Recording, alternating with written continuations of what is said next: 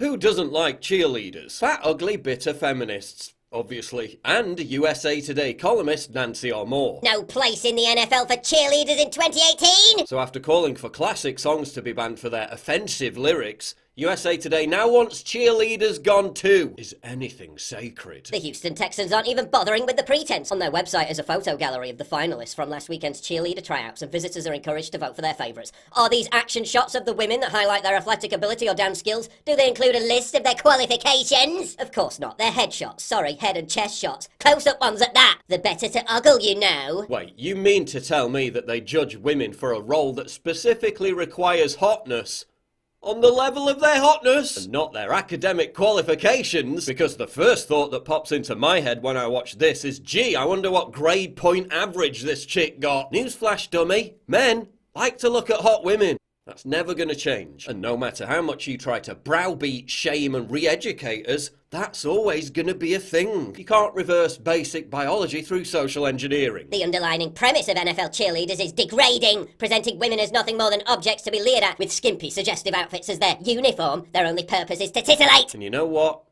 She's got a point. This is just morally wrong. Congress really should pass a law to prevent women from being forced into cheerleading. Oh wait, that wouldn't be necessary because it's completely optional. I mean, cheerleaders just hate cheerleading so much, some of them pay just to audition. Women making their own choices on what to do with their bodies. Wasn't that what Women's Lib was all about? Freedom of choice. You know, before all you resentful harpies hijacked feminism and turned it into a global laughingstock with your harebrained intersectional nonsense. It's always been an appalling message to send, and in this hashtag #MeToo era, there's no longer any place for it. NFL cheerleaders need to go. NBA dance squads and NHL ice girls while we're at it too. Right, so in the name of feminism and supporting women, you want to deprive tens of thousands of current and future women of work. You purport to be a champion of women, yet you refer to these women as blow-up dolls come to life, simply because they've chosen to do something that your joyless puritanical ass doesn't approve of. Now let's pause there and have another look at some cheerleaders.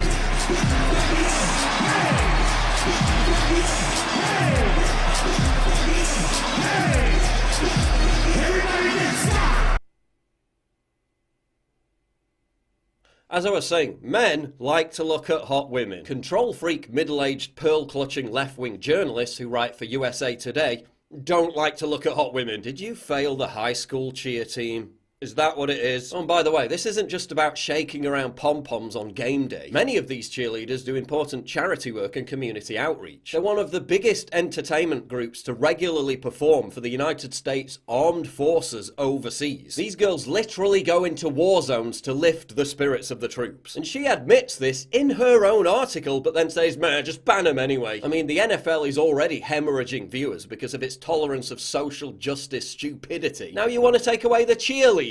I mean, what can we ban next? Las Vegas showgirls, burlesque dancers, Instagram hotties? Why don't we just ban models altogether? I mean, what other potential career paths for young women can we terminate because we're such good feminists? But Paul, this is just one newspaper columnist. No. This is part of a wider purge. F1 grid girls banned, the tennis girl poster banned, beach body ads banned, page 3 girls banned, booth babes banned. We just made hundreds of thousands of women unemployed. Go feminism! Oh, we'll bitch and moan all day about the horror of displaying women who choose to wear what they want, while simultaneously celebrating a modesty culture that forces women to wear bags on their heads as a symbol of women's empowerment. Maybe if we just compelled women to wear certain items of clothing, you'd be all for it, because that's what seems to pass as feminism these days. No, the whole point should be to let women be rocket scientists or Babylon jigglers. Give them equal opportunity and mind your own frigging business. Feminists are going on and on and on about how it's degrading to women.